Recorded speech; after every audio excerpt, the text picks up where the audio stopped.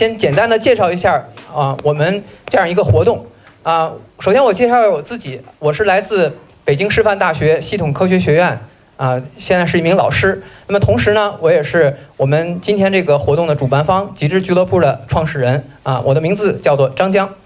然后我们这个活动呢，是我们跟腾讯研究院一起合办的一个系列活动，叫做 AI and Society 这是系列活动的第5期。那么我们这个活动呢，主要是聚焦在就是现在人工智能对我们的社会的影响，以及呢人工智能技术对社会科学有哪些影响，做一系列的这种讨论活动。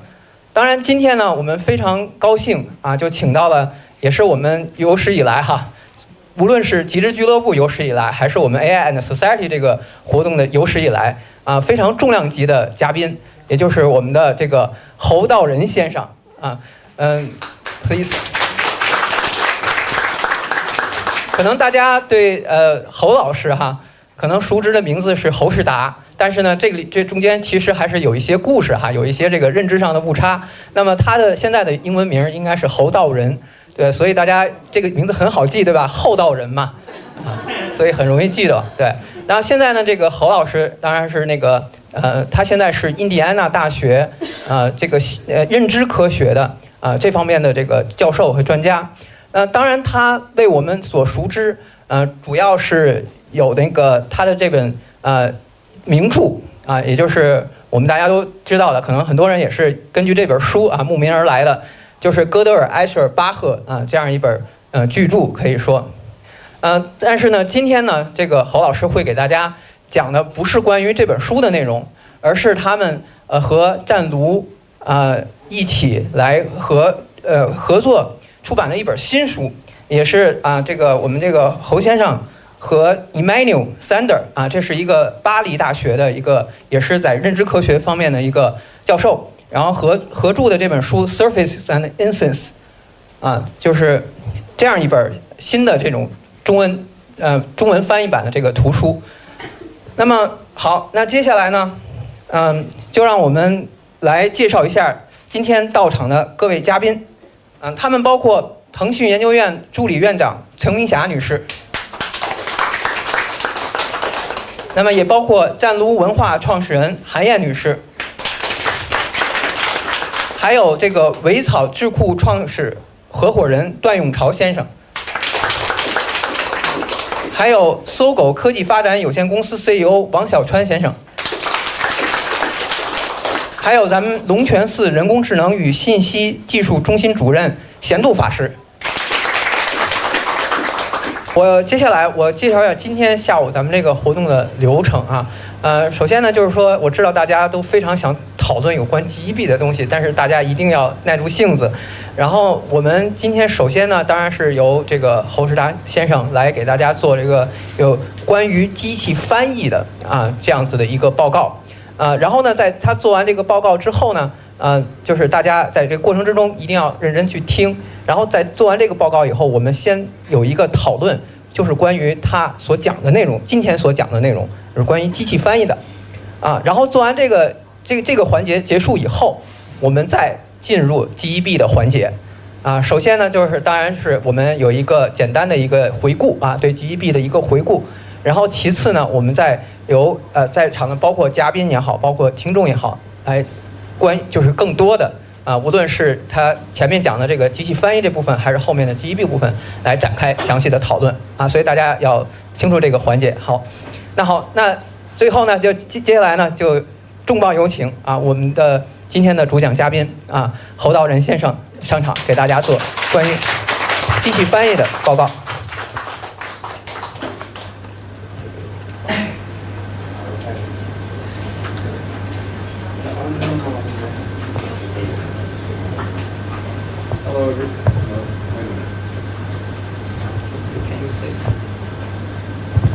Hello? Yeah, okay. My pleasure to be here in Asia, in China, in Beijing, at Tangshan, and in this room, right here. So, let's see here. Oh, let's get this right. Okay. All right. we've heard about translation and the process of translation of the recent book by myself and Emmanuel Sonder and by Liu Jian and Hu Hai and Chen Qi. And now I'm going to talk about translation in general, and I will come back to the translation of that particular book toward the end of this talk. I just have to find where the buttons are and make sure that I can push them. I know, I can do it, but I just want to see which is the laser. Okay, that's the laser pointer, so this is the thing. All right, well, I decided to give a talk that was particularly oriented around translation between English and Chinese, and that was also oriented around the questions of human translation versus machine translation. So let's just begin with my ideas. I don't like that arrow there. Can we get rid of that arrow? Thank you. All right. Did I read Crime and Punishment when I was in high school? I think you know the book. It's a book written by Fyodor Dostoevsky, Russian author. And the answer is, of course I did. But I read it in English. Have you read Crime and Punishment? Okay. Have you ever been in the Parthenon? You know where the Parthenon is? Where is the Parthenon? Shila. Right? It's in Greece. Of course I've been in the Parthenon. But I was in the Parthenon in Tennessee. What's going on? Thought I pushed the right button. There's the Parthenon. That's the one I was in. Was I in the Parthenon or not? Yes or no? Did I read Crime and Punishment? Yes or no? I read it in English. Did I read it or did I not read it? Have I been in the Parthenon or have I not been in the Parthenon? Think about it. What is translation? What can it accomplish? Okay, I'm going to give you a famous classical poem, Lu Zhai, by Wang Wei. You probably all know it. You probably all know it by heart. So let's look at it.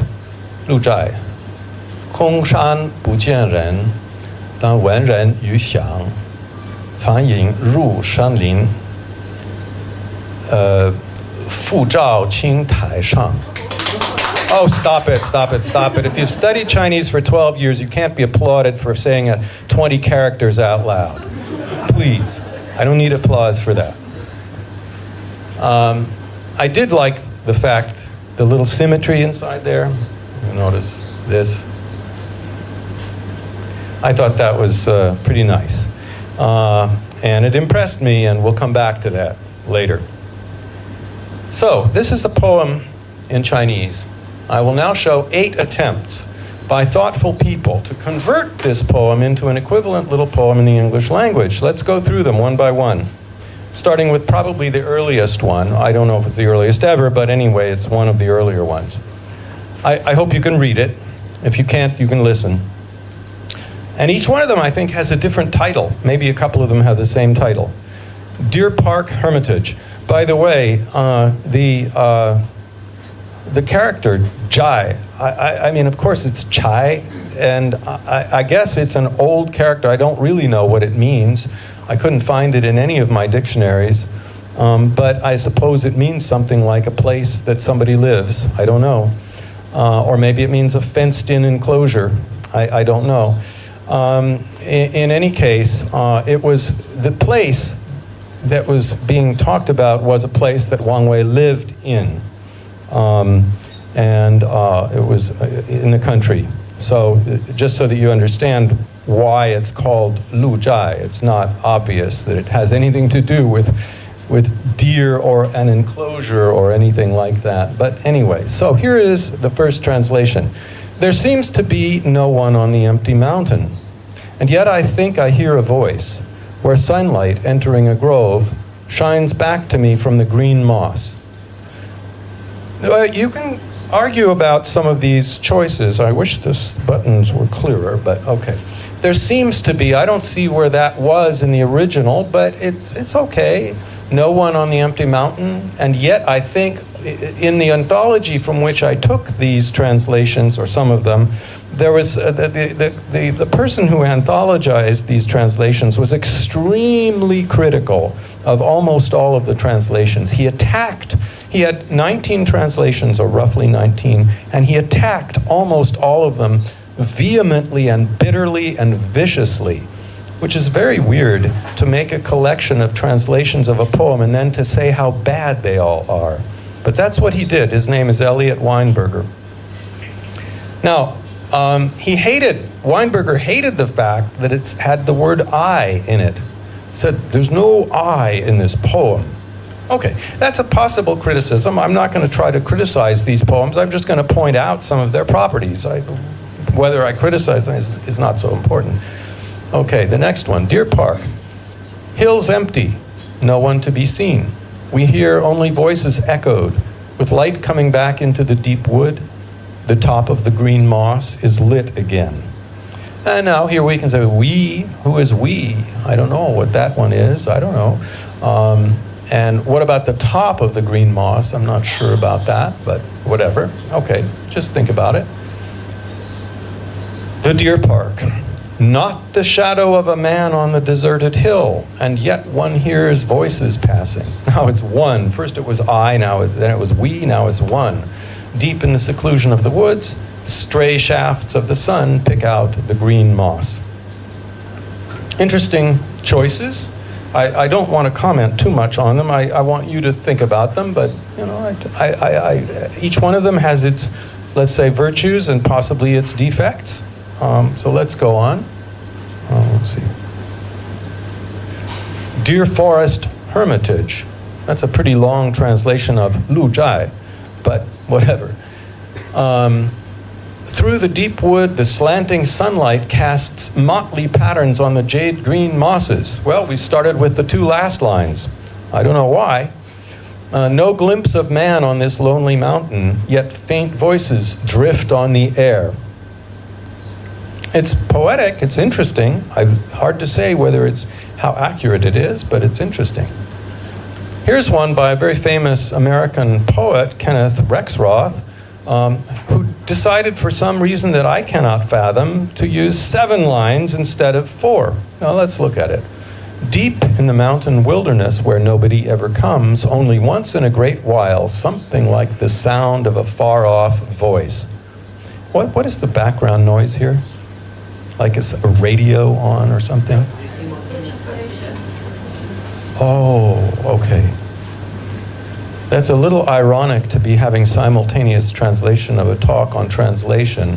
I mean, I do admire simultaneous translators enormously. I hope it's not an attempt by simultaneous translators to do it by machine. Is it human? Okay, that's very good. I hope they're translating the comments that I'm making right now. Oh, okay. No, I deeply admire simultaneous translators, and it's a wonderful art, an extraordinarily difficult art. And so that's, what? Yes, that's great. That's fantastic. Okay, so now I understand why there was noise in the background. Yeah. Okay, great. So, deep in the mountain wilderness where nobody ever comes, only once in a great while, something like the sound of a far-off voice. The low rays of the sun slip through the dark forest and gleam again on the shadowy moss. Well, it's pretty amazing to see 7 lines devoted to 20 characters. I mean, that's really astonishing to me. But here we have it. Lots of things here that weren't in the original.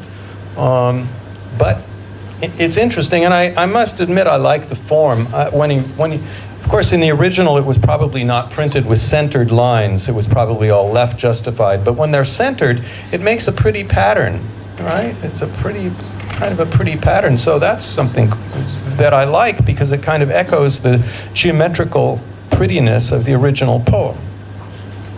Okay. Another one, the Deer Park Village. It begins with a word that I don't even know in English. I mean, I've seen it maybe a couple of times in my life, white. No white is seen in the lonely hills round here. But whence is wafting the human voice I hear? So deep in the forest, the sunset glow can cross that it seems to linger on the moss. Now the rhythm here is very pretty, very nice, things like that. It's very pretty rhythm. And it has rhymes, although they're not in the same places. The rhyme pattern of the original was A, B, A, B. Here the rhyme pattern is A, B, B, but it's okay, it's not bad. And the lines are very long. And this funny whence and wafting and white, old-fashioned words. But what's wrong with old-fashioned words to translate a poem that comes from about 800? What's wrong with that? It's interesting. All right, we go on. It's another recent translation. In pathless hills no man's in sight, but still I hear an echoing sound. In gloomy forests peeps no light, but sunbeams slant on mossy ground. And this one does have rhymes again, sight, sound, light, ground, and A-B, interesting. Let's go on to one last one. By a friend of mine, a very famous author, Vikram Seth, and his is empty hills, no man in sight, just echoes of the voice of men. In the deep wood, reflected light shines on the blue-green moss again. And I think it's very pretty. I could make many comments on it, but I'm not going to because we have to go on. All right. All of these poems, all of these translations involve great thought on the part of people who were very dedicated to trying to render this poem in English. So many thoughts about the original, so many thoughts about poetic traditions in English, so many thoughts about Chinese history, about Taoism or Buddhism, thoughts about Wang Wei's life and times, and so forth. All of these entered into the translator's minds. Every line involved innumerably many deeply subjective judgments, enormous amounts of human thought. Each one is great in its own way. I would say that. I like them all. I chose ones that I like. But has any English language reader of any of these poems, or even of all of them, actually stood in the Parthenon of Wang Wei's original poem? Have any of you stood in the Parthenon of Wang Wei's original poem, which was written about 1,300 years ago? Can you be in his skin? So, who has understood this poem most deeply? Very hard to say. Anyway, some philosophical questions about the nature of translation. Could there be a perfect translation? Could there be a perfect translation so that you, once you've read it, you have experienced everything there is to experience about that poem? Well, sure, of course. Machine translation will give it to us. Machine translation, founded in 1947 by Warren Weaver, an American mathematician, statistician, who wrote this sentence. When I look at an article in Russian, I say, this is really written in English, but it has been coded in some strange symbols. I will now proceed to decode. Now, if you read that sentence and think about it, it implies that there must be exactly one translation. Correct. Because decoding is a mechanical process that leads you to the right answer. So if there is a right answer, then this will get it to you. Machine translation will give you the unique right answer if that's the philosophy behind it. Long years of struggle followed the founding of machine translation. And I'm going to jump about 12 years from the founding, 1947, to 1959, when perhaps the most famous article ever written about machine translation was written by Yehoshua Bar Hillel, an Israeli mathematician and philosopher and logician and a linguist. And he was very, very deeply involved in machine translation for many years. But in the end, he became very critical of it, or even though he was involved in it and he was an advocate of it, he nonetheless was very dubious about its possibility. So let's look at this very famous article, as I say, probably the most famous article ever written about machine translation. It was called A Demonstration of the Non-Feasibility of Fully Automatic High-Quality Machine Translation. And this, of course, this acronym, the FAHQMT, very awkward acronym, but that's not the point. It became a well-known phrase. That was the goal for machine translation, okay? And he's saying a demonstration of the non-feasibility, all right? Here's a part of the article. The task of instructing a machine how to translate from one language that it does not understand into a different language that it also does not understand presents a real challenge. If, in a translation task, some step has to be taken that depends on the machine's ability to understand the text in question, then the machine will simply be unable to make the step, and so the whole operation will come to a full stop. This was one of his claims.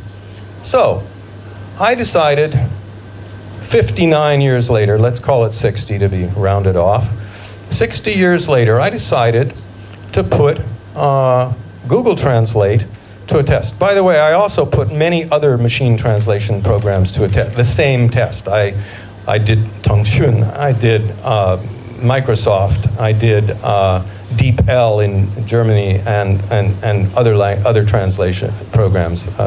So I'm not limiting myself to just Google Translate, but in this talk, I am limiting myself to Google Translate. I try lots of different versions, okay? They're all about the same. They're all about the same because they all use the same ideas.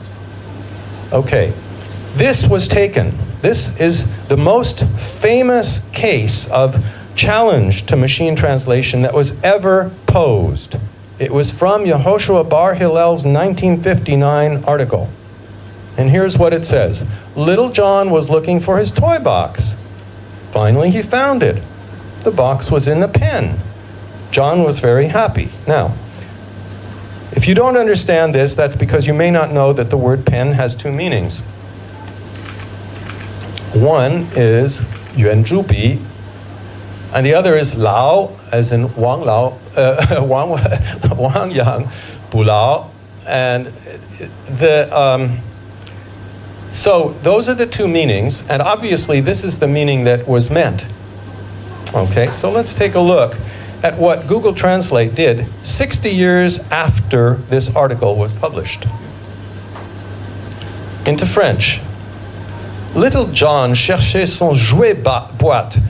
Well, jouet boîte is an impossibly clumsy and meaningless French phrase. Doesn't mean anything. If it means anything, it means a toy that is a box, if it means anything. But nobody in French, nobody who speaks French would ever say that. Finalement, il l'a trouvé. La boîte était dans le stylo. John était très content. Okay. Dans le stylo means inside the fountain, inside the yuan zhu bi. That's what it means. Okay? Failure on the most famous challenge to machine translation issued 60 years earlier. Try it in Chinese. 小约翰正在寻找他的玩具框. I don't know why I put that, and I was told that this was that I made a typo. I didn't make a typo here. I copied and pasted from Google Translate. Okay. 最后他找到了他盒子在笔中，约翰很高兴. Okay, so there. Sorry. Well, I guess I can go to the red, and so there we are. Still, today, the same problems in Chinese and French and in, of course, other languages as well. This is the state of the art of MT. 60 years after Yehoshua Bar Hillel's article was written, the state of the art. Okay, his commentary. Anticipating 60 years later, anticipating it, he says, Why is a translating machine powerless to determine the meaning of pen in this sample of text? How did he know that 60 years later it would be powerless to detect the meaning? He was right. The explanation is extremely simple. What makes any human reader grasp this meaning so unhesitatingly is knowledge of the relative sizes of toy boxes and pens in the sense of writing implements and pens in the sense of playpens. So a playpen, of course, lao is not a lao in the sense of something to keep animals in this case. A pen, in this case, is a playpen for a child, which is about the size, it's about 1.5 meters on a side, and it's got little wooden, things that keep the baby in, and it's got a little mattress or a little plastic thing on the bottom. So it keeps a child inside a small area. That's the meaning of a playpen. And that's what anyone would understand. A translating machine has no such knowledge. When I pointed this out to one of my colleagues working on MT, his first reaction was, but why not envisage a system in which the translation machine has such knowledge? Understandable as this reaction is, it is very easy to show its futility. The idea that a translation machine should be supplied not only with a dictionary, but also with a universal encyclopedia is utterly chimerical. If you don't know that word, it means a fantastic, imaginary, ridiculous notion, impossible, and hardly deserves any further discussion. This was written in 1959. MT, state-of-the-art today, means deep learning, which is many-layered artificial neural networks trained with backpropagation. I'm not going to go into that. And big data, enormous bilingual databases. I'm not going to go into that either, but they're very, very, very enormous, that's for sure. No world understanding is involved. Word disambiguation, that is, whenever there's an ambiguity, such as with the word pen, is made by statistical selection based on context, that is, based on the surrounding text. To show this technique, I'm going to give you a few experiments carried out with Google Translate just a few days ago. Okay. They all hinge on resolving the ambiguity of the word shingles, which usually means a kind of roofing material, 瓦片. That's what shingles usually means. But it sometimes means a very painful skin disease, also nerve disease, I might say, 带状疱疹. It has that meaning as well. So I tried a few sentences using the word shingles, trying to give it context in which it would disambiguate the word correctly. So, what happens in these cases? The word case here is a bit of a joke because a case of shingles means a medical case of a disease. Okay. He had shingles on his waist. Now that's the most common place for the shingles disease to take place, is on your waist. So I gave it a good context. Shingles on his waist. What more could you ask? Output. 他的腰上梳一下. Well, let's try to figure this out. Where did it get that? Shlu. What is shlu? Well, or in particular, this SH, what's that doing there? Shlu. Well, that's the SH from here. And then the ING, I don't know what happened, but there's the LE right there. And there's the waist, there's on his waist. So it took the ing as being some kind of a present participle, sort of as if it were translating a verb. All right. Sorry, what's going on? Oh, oops. Well, if at first you don't succeed, try again. Okay. He had a case of shingles on his waist. Now, a case of shingles is also ambiguous because a case can mean a box or it can mean a medical case. All right, but this sounds, well, let's see what it does with it. Okay. 他的腰部有一块带状疱疹，一块. That's a weird word for it. I think you would agree. Would you agree with me that 块 is a very strange measure word to use here? Yes or no? Yes? Yes. Very strange. So what do we give it? What grade will we give it? Mama, okay. Sort of, it's okay, kind of. At least it got the idea that it was the disease, right? Okay. How about the next one? The roofer had a case of shingles in his pickup truck. Okay. Now, in this case, I think it's extraordinarily obvious that we're talking about roofing material. I've said the roofer. Let's see. The roof, oops. Can we get this back? Control L, or sorry, Command L. Command L. Command L. Command L. Yeah. All right. The roofer had a case of shingles in his pickup truck. Okay, so here we have 屋顶工在他的皮卡车上有一箱瓦片. So, what grade do we give it here? 真不错, pretty good. All right. Now let's go on to the next one. The roofer came down from the hospital roof carrying a case of shingles. Now, we have the roofer and we have the roof, but we also have a hospital. What's going to happen now? It's pretty obvious that if you're carrying a case of shingles, it's not on you in the sense of being a disease. All right. Google asked me the following question. It didn't just translate it. It said, oh, did you mean the roof came down from the hospital roof carrying a case of shingles? As if that was a help for me. As if I had mistyped what I wanted to say. And actually, the roof came down from the roof.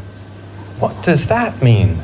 The roof came down from the roof, carrying a case of shingles. Thank you very much, Google Translate, for your extremely useful help. No, but okay. So here we have what it gave. And what I think is very interesting is it came down from the roof carrying a box of shingles, a box of the disease shingles. The roofer came down from the roof carrying a box of the disease. Well, complete and utter nonsense. Oh well, nobody's perfect. Okay, a third experiment.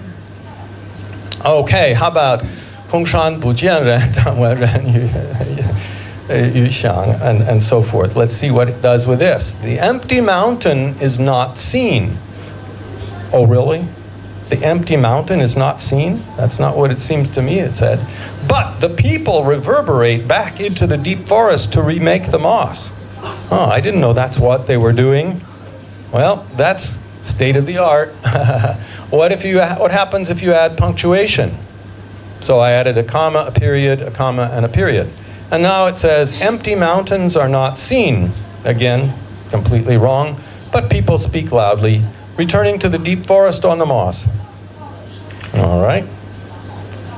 Then what happens if we do it line by line? In other words, I just gave it one line at a time, independently. Empty mountain people. What does that mean? Empty mountain people. If any native speaker of English who hears that hears mountain as modifying people, so it's saying, and empty also as modifying people. So it's empty people, empty mountain people. What does that mean? It doesn't have anything to do with the original line. But people speak loud. Oh, okay. Returning to the deep forest on the moss. That's what we have. State of the art. Okay. We're not yet standing in the Parthenon, are we? Interlude on artificial intelligence. founded in the United States and the United Kingdom in the late 1940s and early 1950s, driven mostly by philosophical goals, such as what is thinking, can computers think, can computers be conscious? These were very admirable things to think about, and it was natural to use computers to try to figure, to make a new approach to these questions. A very famous article written by Alan Turing in 1950 called Computing Machinery and Intelligence was all about these questions and about whether a machine could think. You probably know this article. I'm not going to talk about it. It's just a very famous and wonderful article, very stimulating philosophically. Somewhat later, Joseph Weizenbaum, who was a researcher at MIT, wrote a program that interacted with people. It was intended to be a psychiatrist or acting like a psychiatrist who interacted with a patient. And the amazing thing about this program was that although it knew nothing and understood nothing and just used canned phrases, the people who interacted with it and didn't know what they were interacting with actually thought that the machine understood not only their language, but their human psychological problems. They were deceived enormously. And Weizenbaum was very upset at this fact. And it was called the ELIZA effect because the program was called ELIZA.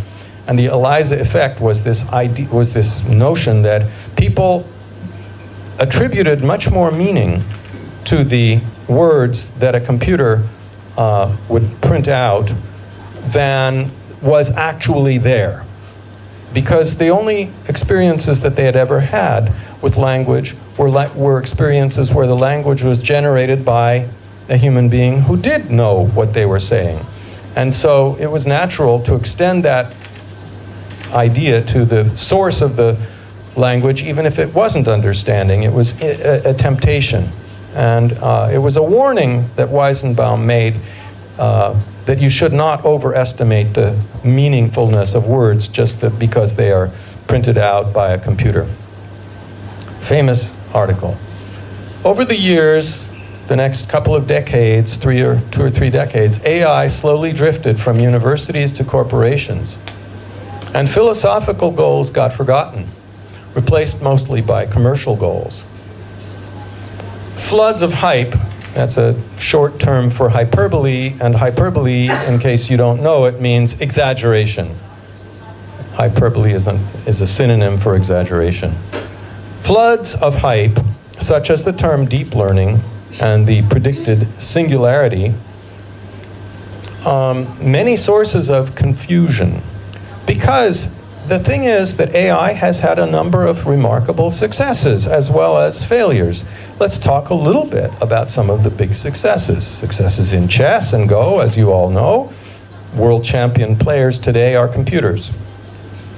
Successes in speech recognition, in understanding of rapid spoken speech.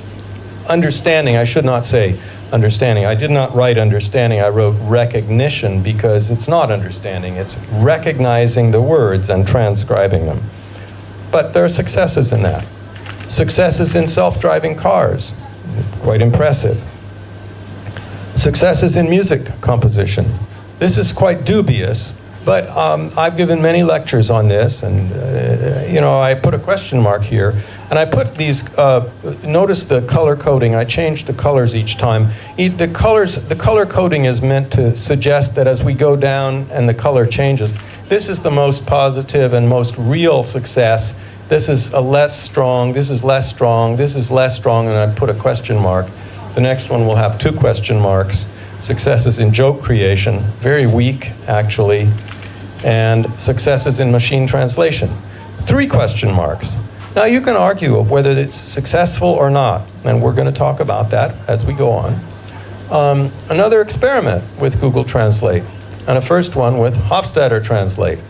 Okay, I am translating currently a book by Yang Jiang, which many of you probably have read, Woman Sa. And it's a story about, well, it's a memoir, I should say, about herself and her husband, Chen Zhongshu, who was a writer, and their daughter. And it's a sad story, but I'm not going to go into that. I just want to give you one little excerpt that I thought I would, demonstrate how a machine translates it and how a human translates it, and talk a little bit about it. Okay, so 试定之日晚饭后，有一位旧友特雇黄包车从城里赶来祝贺。可去后，中书惶恐的对我说：“我以为我要做南书房行走，这件事不是好做的，不求有功，但求无过。” Okay, that's the text that I would like to see what Google Translate. I wanted to see what Google Translate would do with it. So let's look at what it did with it. First paragraph, Google Translate. On the day of the event, after dinner, an old friend hired a rickshaw from the city to congratulate. Guessed to go, the book of fear in the book said to me. So let's just look at this a little bit. Guest to go is 可去后, guest to go. And the book of fear in the book is basically it's something about 中书 being a little upset, but the book of fear in the book is what it said. Okay? He thought I had to do south study walking. That's 南书房行走. This is not a good thing to do, not for meritorious service, but for nothing. Well, that's pretty meaningless. Okay, so those are serious problems. Here's my translation. On the day this position was offered, after dinner, an old friend specially hired a rickshaw and came all the way from the city to congratulate Zhongshu. But after our guest had left, Zhongshu turned to me uneasily and said, he thought I was going to become a South Study special aide. That kind of work is not easy. You can't hope for glory. All you can hope for is to do it without errors. Thank you. All right. Now this phrase, South Study special aide, I want to talk about 南书房行走 a little bit, because took me a long time to come up with that phrase. A long time, because I had no idea what it was. And I asked my wife, who is Chinese, what it meant, and she said, well, 行走 is something like a messenger. But she didn't really know what it meant, so I decided I would use Google. But not Google Translate. I just put these 5 characters in quotes into Google Search and came up with a web page written by a human being. That was my question, of course. And here's the web page. I'm not going to attempt to read it out loud to you, but I'll let you kind of skim it. You can take a look at it. Give you 30 seconds to read it if you wish to.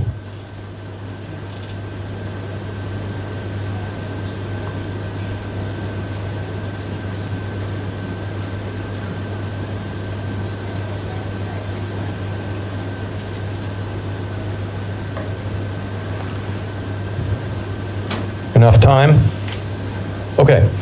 So you sort of now, in case you didn't know what a 南书房行走 was, now you sort of know. Although you must admit, I think you would admit that this is difficult Chinese.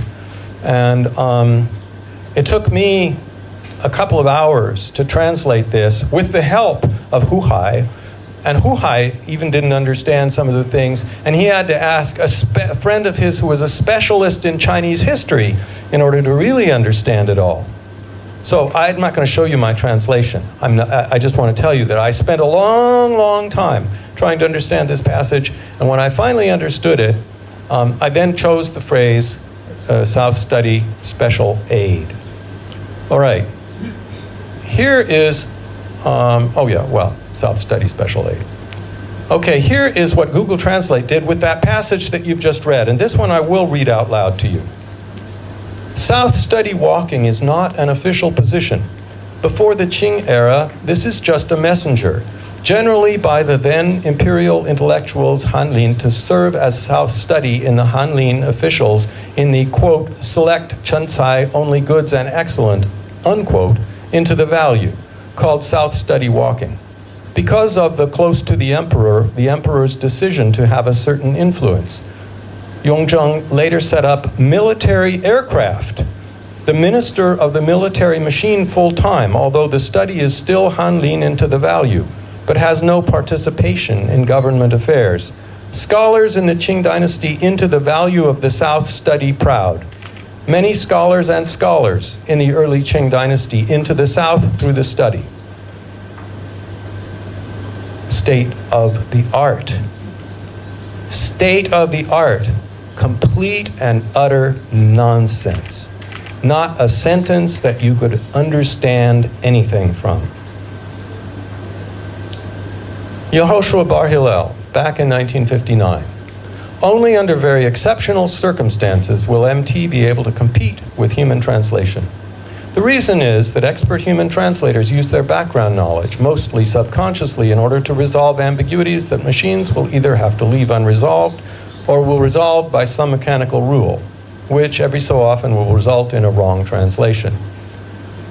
Okay, let's look at human translation to contrast with machine translation, in particular involving two of my books, one old one and one new one. And I'm going to talk about the translation of GEB later in more detail, but this is from, we'll first talk about GEB and then we'll talk about surfaces and essences. So GEB 1979. Okay, in roughly 1986, Professor Wu Yunzeng came to Michigan, where I was a professor at that time, and stayed with me in my house for about 3 days, and we had many discussions about translation. And he cited a famous Chinese authority on translation, Yan Fu. And so he said that there were 3 principles of translation that Yan Fu advocated, and that they wanted to respect these principles in the Chinese translation of GEB. Fidelity, intelligibility, meaning clarity, or intelligibility literally means understandability, and polished style. All very sensible goals. I fully agreed with them, 100%. However, Professor Wu used this as an argument for translating literally.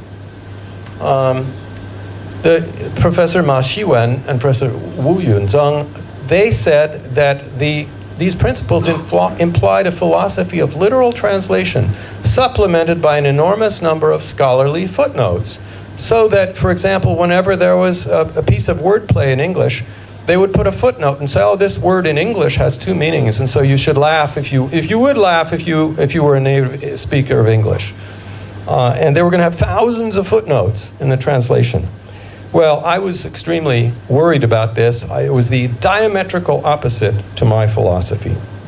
And so my philosophy was the opposite, and I sent as my representative to China, Mo Dawei, David Moser, who joined the translation team. He claims, and I have to believe him, that he didn't translate any of it, but he served as the agent that turned around the team, which was like a gigantic ship going in this direction, and he managed to turn the team around and get it to go back in the other direction with great effort, because they were going in exactly the wrong direction. And finally, they wound up doing the right thing thanks to Mo Dawei's insistence and instruction. It was the only way to go, and it resulted in a very, very high-quality translation. One example that we talked about in those early days when they were working on the translation was there was a phrase somewhere in the book, I don't know, probably in a dialogue, that said, "Speak of the devil," which is short. We never really say the whole phrase in English. We don't usually add this part. We just say "speak of the devil." Everybody knows what it means. But it's short for "speak of the devil and he will appear." And we say that when you're talking about somebody and they show up right then. It's just an amusing way of saying it. Speak of the devil. Okay, so David and I advocated using this phrase, 说曹操，曹操到. And the team, I don't know if it was all of the team, but basically there was great resistance, and they say, that would make, if you used that, it would make it sound as if the author had grown up in China and spoke fluent Chinese. And so the response was, well, what do you want? You want him to speak awkward, stumbling Chinese? So that's what happened. They did adopt that. And they used corresponding phrases in Chinese, not the translation of the phrase, but the corresponding phrase, the phrase that plays a similar role in Chinese culture, not speak of the devil in some literal fashion. So here's a cute case of transculturation that I learned about not long ago. In the introduction, there's a section on musical fugues and canons, which is round, it doesn't matter. It's not important what a canon is. It talks about a 3-part canon on the famous English children's song, 3 Blind Mice. It doesn't matter that it's about 3 blind mice. What it matters is that it's about a familiar song to English-speaking readers. So in the Chinese version, this was replaced by a canon on this tune, 把位黄河. So that's a cute example. All right. Okay. And who was the author of this big book? How about, was it the son of 罗伯特 霍夫施塔特? That was it, 道格拉斯霍夫施塔特? Was that who wrote the book? Well, it would seem to make sense because my father already had a Chinese transliterated name. That was my father's name right there, according to the Chinese people. So they didn't use that, though. They didn't do that. They decided to give me a Chinese-sounding name. Is that bad or good? I'm not arguing for or against. I'm just saying it's an interesting question. So they gave me a well, I'm coming back to this, yes. I was actually David Moser's first Chinese teacher. I'll come back to that. That's a very funny story. I will tell you that later. So Hou Daoren was, well, you know, that's the next one. Hou Daoren was David Moser's first Chinese teacher. And that was in 1983 or 84. And was it that person? Which is who I would have liked it to be. No, they gave Hou. I don't know where that name came. Well, I do. I mean, I understand that this is Hofstadter. Ha-se-te, sort of. Ha-se-de. There's sort of a H and a S. It's kind of a phonetic, vague mirroring of my last name, but into 3 syllables instead of into 5 syllables.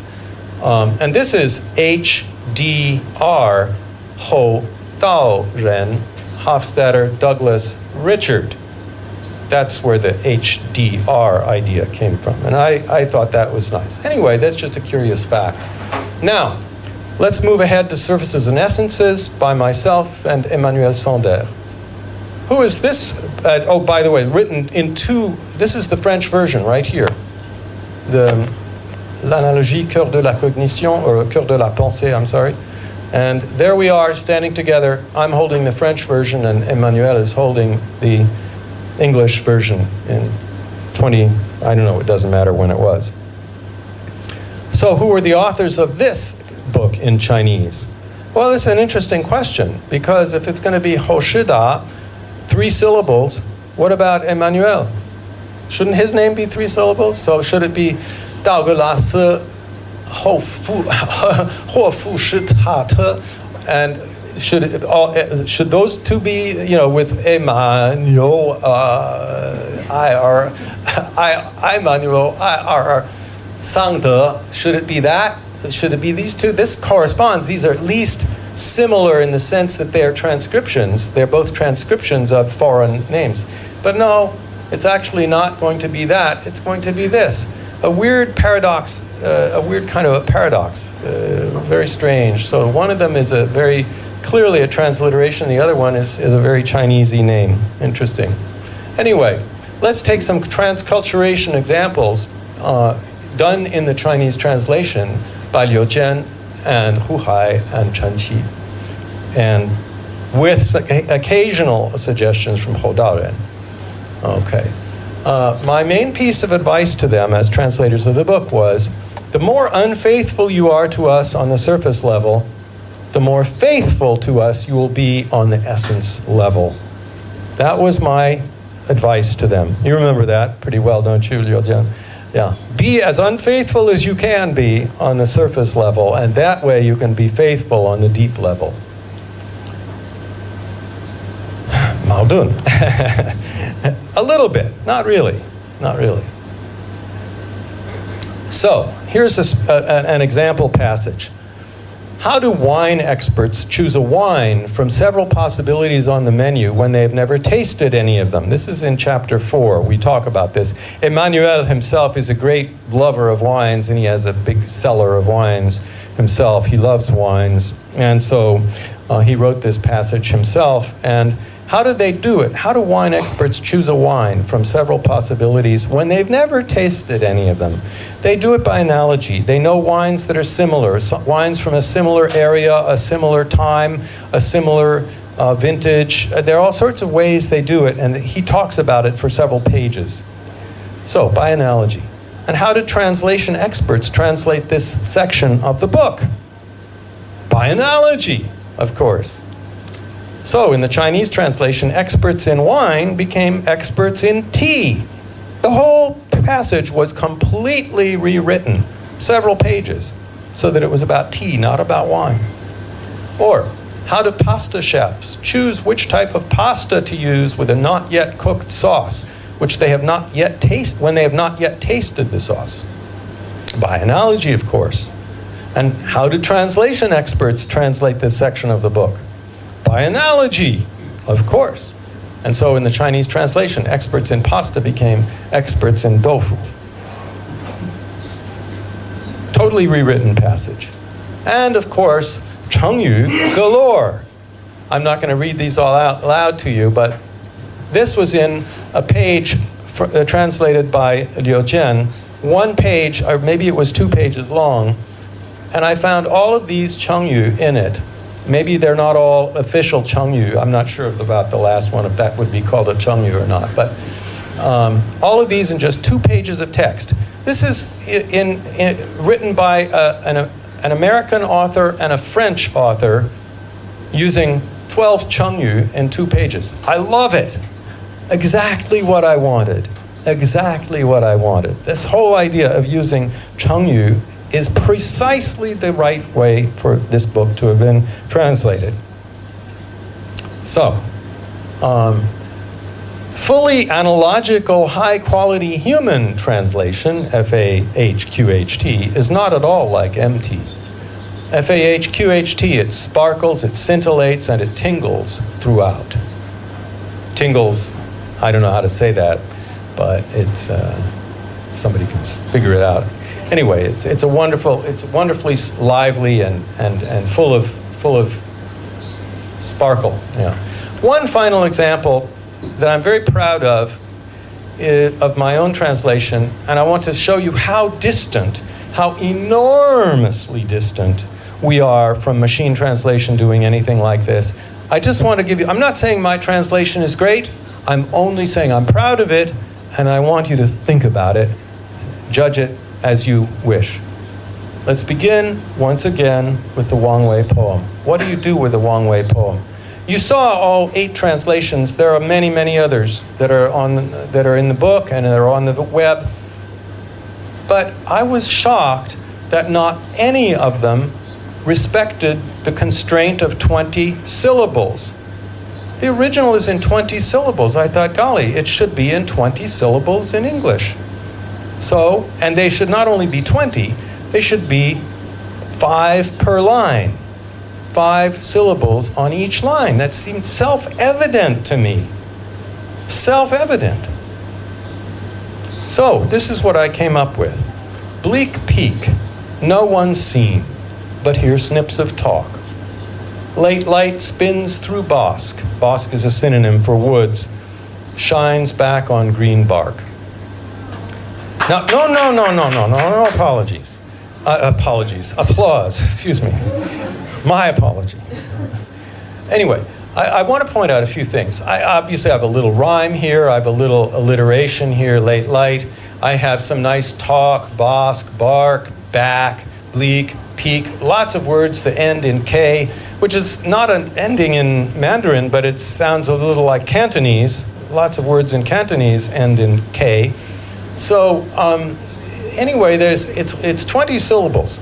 But I looked at that and I thought there's something wrong here. There's something I don't like. Why is there a comma here? There weren't any commas. Why is there a comma? Why is there a period? Why are there capital letters? It doesn't make any sense. So I revised it. Bleak peak, no one seen, but here snips of talk. Late light spins through bosk, shines back on green bark. I revised it again. I thought, gee, it was a geometrical pattern at one time. How about that? Bleak peak, no one seen, but here snips of talk. Late light spins through bosk, shines back on green bark. I thought that's getting there, but then I thought, wait a minute, the original was vertical. So, bleak peak, no one seen, but here snips of talk. Late light spins through bosk, shines back on green bark. And I thought, this doesn't look like Chinese. Let's make it, this is a character, this is a typeface called brush script. Brush. Okay, so this is sort of like brush strokes. I want to point something else out to you, which is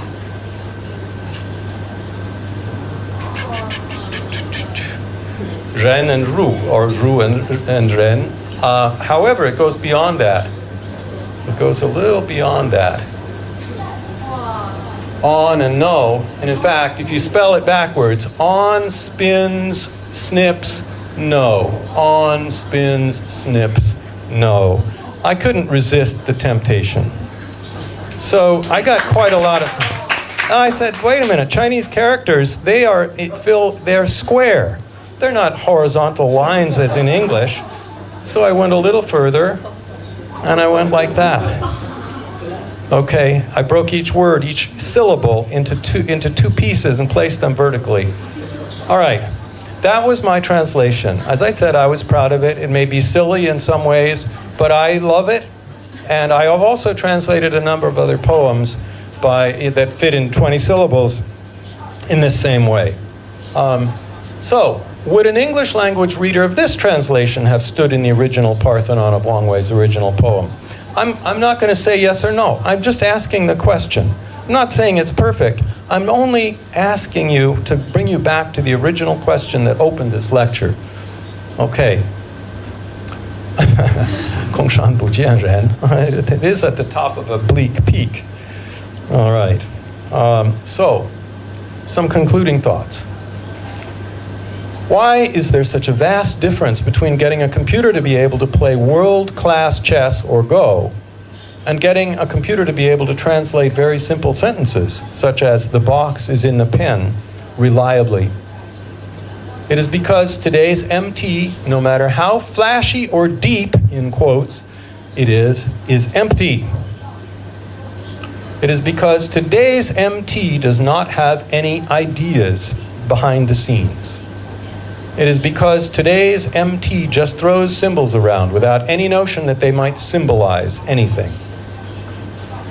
This is today's MT, which mostly reflects corporate goals, not philosophical goals. MT could have been otherwise, and MT might someday become totally different. But today, the fact is that MT has no understanding of situations because it has no understanding of words, because it doesn't know words stand for anything. MT doesn't know what a hill or a voice is, or what green is, or what moss is. MT doesn't know about space. MT doesn't know about time. MT doesn't know about up or down. MT doesn't know about big or little. MT doesn't know there are people. MT doesn't know there are things. MT doesn't know there is a world. MT doesn't know that anything exists. MT doesn't know that anything happens. MT doesn't know anything at all. MT isn't roughly understanding or sort of understanding the texts it works on. MT is not understanding. MT is empty. Period. empty is empty. Period. Thank you.